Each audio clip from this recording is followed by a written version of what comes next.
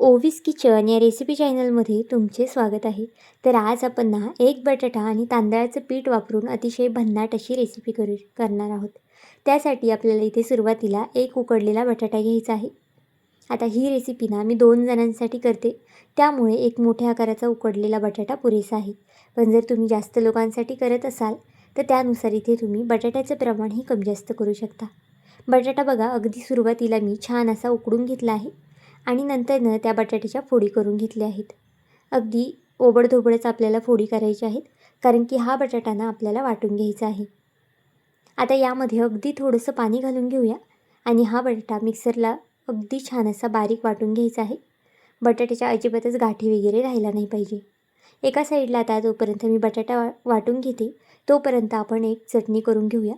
या पदार्थासोबत ना ही चटणी आवर्जून करा, कारण की ही चटणी ना खायला अगदी अप्रतिम लागते आणि बनवायलासुद्धा अगदी झटपट बनते आणि सोपीसुद्धा आहे.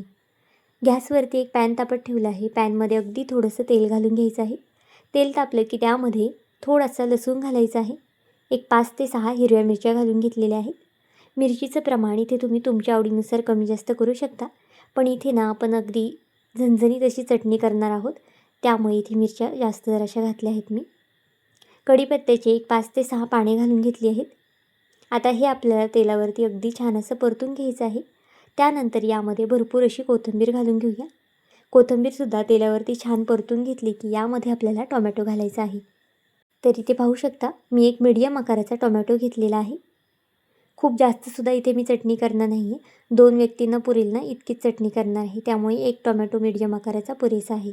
पण जर तुम्ही जास्त लोकांसाठी करत असाल तर त्यानुसार टोमॅटोचं प्रमाण इथे तुम्ही वाढवू शकता. आता हे तेलावरती अगदी छान असं परतून घेऊया आणि यामध्ये ना आपल्याला पाणी घालून घ्यायचं आहे. पाणी घालून हे ना आपल्याला अगदी छान असं शिजवून घ्यायचं आहे. म्हणजे जोपर्यंत टोमॅटो आणि लसूण वगैरे जे आहे ना ते सॉफ्ट होत नाही ना, अगदी तोपर्यंत आपल्याला हे शिजवून घ्यायचं आहे. यामध्ये चवीनुसार मीठ घालून घेऊया आणि झाकण ठेवून हे आपल्याला मीडियम गॅसवरती शिजवून घ्यायचं आहे. तोपर्यंत जर तुम्ही चॅनलवरती नवीन असाल आणि अजूनही चॅनलला सबस्क्राईब केलं नसेल ना, तर नक्कीच एक लाईक आणि सबस्क्राईब करायला विसरू नका, कारण की नवीन यूट्यूबरसाठी तुमचं एक लाईक एक सबस्क्राईब हे खूप जास्त मोलाचं असतं. तसाच माझा हा व्हिडिओ तुम्ही कोणत्या देशातून शहरातून पाहत आहात ना, हे सुद्धा मला कमेंट करून सांगायला मात्र विसरू नका. एकदा जर का तुम्ही ही रेसिपी केली ना तर नक्कीच सांगते आठवड्यातून 2 ते 3 वेळा कराल, पाहुणे-रावळे आल्यावर कराल किंवा मधल्या आद्या भुकेलासुद्धा कराल. इतकी जास्त भन्नाट ही रेसिपी करत होते आणि अगदी झटपटसुद्धा बनते, त्यामुळे खूप जास्त वेळसुद्धा लागणार नाही. आता बघा मीडियम गॅसवरती हे छान असं मी शिजवून घेतलं आहे. आता गॅस इथे आपल्याला बंद करून घ्यायचा आहे आणि हे थंड झालं ना की मिक्सरच्या भांड्यामध्ये हे सगळे जिन्नस काढून घ्यायचे आहेत. पाहू शकता इथे मी स्पॅच्युलाने दाबूनसुद्धा दाखवलं आहे तुम्हाला. अगदी टोमॅटो जो आहे ना तो अगदी मऊसूत शिजलेला आहे आणि ज्या मिरच्या लसूण वगैरे आहे ना ते सुद्धा अगदी सॉफ्ट असं शिजवून घेतलेलं आहे मी. आता हे सगळं जिन्नस आपल्याला एका मिक्सरच्या भांड्यामध्ये काढून घ्यायचं आहे. फक्त हे जे आहे ना तुम्हाला थंड करूनच वाटायचं आहे, नाहीतर मग मिक्सरचं भांडं वगैरे उडू शकतं. त्यामुळे शक्यतो जो मसाला आहे ना तो अगदी छान असं थंड होऊ द्या आणि नंतरच हे वाटून घ्या. आता यामध्ये अगदी थोडंसं पाणी घालून घेऊया आणि याची अगदी छान अशी फाईन पेस्ट करून घेऊया. तुम्हाला जर ही चटणी थोडीशी अशी आंबट तिखट गोड आवडत असेल ना, तर तुम्ही यामध्ये अगदी थोडेसे साखरेचे दाणे आणि लिंबाचा रस पिळू शकता. त्यामुळे ही चटणी अजून जास्त चटपटीत होते. आता बघा अगदी छान फाईन असं मी हे वाटून घेतलेलं आहे आणि एका वाटीमध्ये ही जी चटणी आहे ना ती काढून घेऊया. चटणी अजून जास्त छान होण्यासाठी ना इथे आपण एक तडका देणार आहोत चटणीला. तडका पॅनमध्ये 1 पळी तेल घातलं आहे.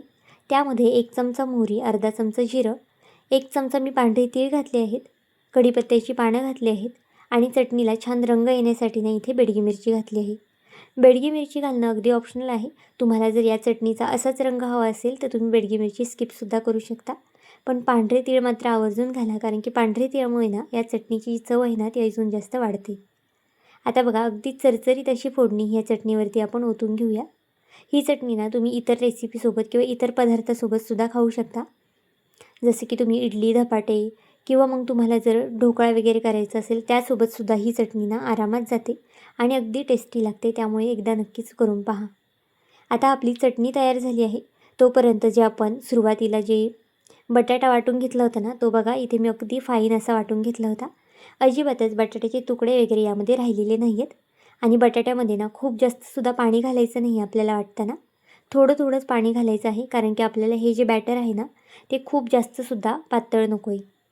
आता यामध्ये 2 ते 3 चमचे गव्हाचं पीठ घालून घेऊया आणि 2 ते 3 चमचे इथे मी तांदळाचं पीठ घातलं आहे. जर तुमच्याकडे गव्हाचं पीठ नसेल किंवा तांदळाचं पीठ नसेल ना, तर त्याऐवजी तुम्ही थोडासा मैदा घाला आणि 1 चमचा गव्हाचं पीठ घाला.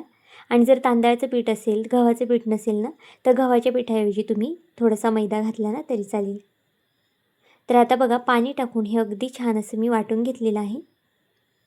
अगदी छान अशा पद्धतीने वाटलं ना, तर फेटायचीसुद्धा अजिबातच मेहनत लागत नाही आणि मिक्सरमध्येच अगदी छान असं हे फेटलं जातं. तुम्ही याची कन्सिस्टन्सी पाहू शकता. खूप जास्त पातळसुद्धा नाही आणि खूप जास्त घट्टसुद्धा नाही. आणि मिक्सरला फिरवताना ना ऑन ऑफ मोडवरती फिरवा. जर तुम्ही एकदम फिरवलं तर याचे गठ्ठे होऊ शकतात पिठामुळे. त्यामुळे थोडंसं पाणी टाकून ऑन ऑफ मोडवरती तुम्ही हे फिरवलं ना, तर याची अगदी छान अशी पेस्ट तयार होते. तुम्ही इथे बघा अजिबातच लम्स वगैरे यामध्ये राहिले नाही आहेत. आता जी आपली पेस्ट आहे ना ती तयार झालेली आहे.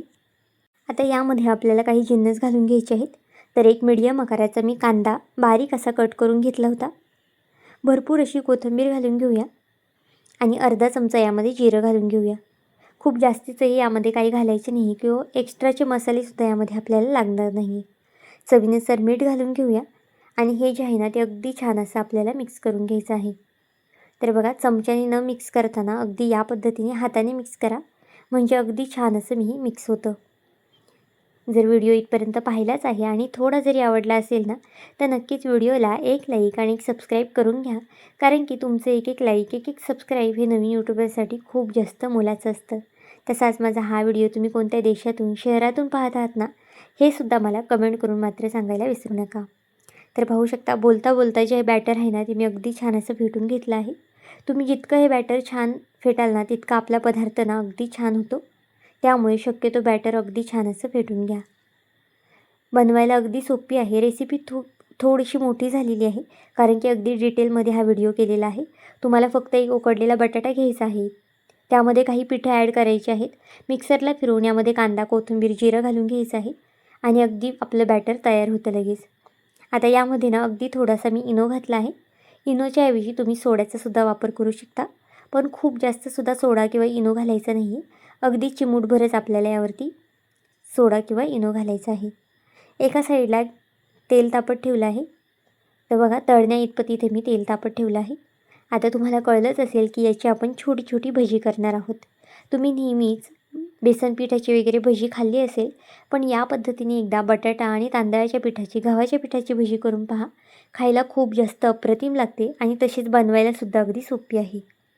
पाहुणे-रावळे आले ना, साईड डिश म्हणून काय बनवायचं हे सुचत नसेल ना, तर अगदी हा उत्तम पर्याय आहे. अगदी झटपटसुद्धा बनतात आणि अगदी आतून जाळीदार आणि वरनं अगदी कुरकुरीत होतात. नंतर ना मी तुम्हाला हे तोडूनसुद्धा दाखवणार आहे, त्यामुळे व्हिडिओ शेवटपर्यंत पहा, कुठेही स्किप करू नका. आता बघा अगदी लहान ह्याची भजी आपल्याला सोडून घ्यायची आहे. खूप जास्त मोठीसुद्धा सोडायची नाही, कारण की ही अगदी छान अशी फुलतात. सुरुवातीला काटा चमच्याने अगदी अशा पद्धतीने मोकळं करून घ्यायचं आहे, कारण की थोडं ना सुरुवातीला खाली लागू शकतं. पाहू शकता काटा चमच्याने थोडंसं मोकळं केलं की अगदी ह्या भज्या आरामात रिकाम्या होतात आणि अगदी टम्म फुगून वरती येतात. मीडियम गॅसवरतीच आता ह्या भजींना आपल्याला तळून घ्यायच्या आहेत. तुम्ही यापूर्वी अशा पद्धतीने तांदळाच्या पिठाची आणि बटाटा, गव्हाच्या पिठाची भजी केली होती का, हे सुद्धा मला नक्कीच कमेंट करून सांगा. आणि नसेल केली ना तर नक्कीच करा, कारण की आठवड्यातून 2 ते 3 वेळा तरी हा तुमचा बेत होणार आहे. आता बघा छान गोल्डन रंग येईस्तोपर्यंत ही मी तळून घेतलेला आहे. अशाच पद्धतीने छान रंग बदलेस्तोपर्यंत आपल्याला तळायचं आहे, म्हणजे आतून ही भजी जी आहे ना ती अगदी जाळीदार होते आणि वरनं अगदी कुरकुरीत आणि खुसखुशीत होते. आता तेलामधून निथळून काढून घेऊया आणि अशाच पद्धतीने जो दुसरा घाणा आहे ना आपला, तो सुद्धा करून घेऊया. गॅसची फ्लेम पुन्हा आपल्याला मीडियम ठेवायची आहे आणि कंटिन्यू ना मीडियम गॅसवरतीच या भजी आपल्याला तळून घ्यायच्या आहेत. जर तुम्ही एकदम फास्ट गॅस केला ना तर भजी आतून कच्च्या राहू शकतात आणि वरच्या साईडनेच फक्त त्याचा रंग बदलू शकतो. त्यामुळे बघा अगदी मीडियम गॅस ठेवायचा आहे आणि मीडियम गॅसवरती सतत आपल्याला हलवत या भज्या सोडून घ्यायच्या आहेत, म्हणजेच तळून घ्यायच्या आहेत. आता जितकं बॅटर घेतलं होतं ना त्यामध्ये 2 ते 3 माणसांना भजी पुरेल ना इतकी भजी आरामात होते. तुम्ही जितक्या लोकांसाठी करत असाल ना त्यानुसार इथे तुम्ही बॅटर घेऊ शकता किंवा पिठांचं प्रमाण किंवा बटाट्याचं प्रमाण घेऊ शकता.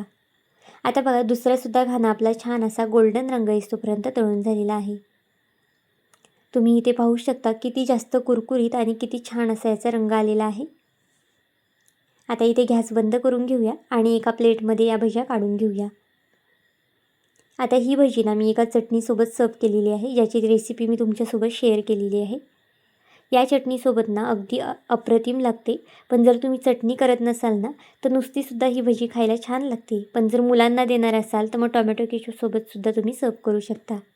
तर आजची ही रेसिपी तुम्हाला कशी वाटली मला हे कमेंट करून नक्की सांगा. आणि चॅनलवरती नवीन असाल तर चॅनलला एक लाईक आणि सबस्क्राईब करायला विसरू नका. पुन्हा भेटूया आपण अशाच एका नवीन व्हिडिओमध्ये. तोपर्यंत बाय.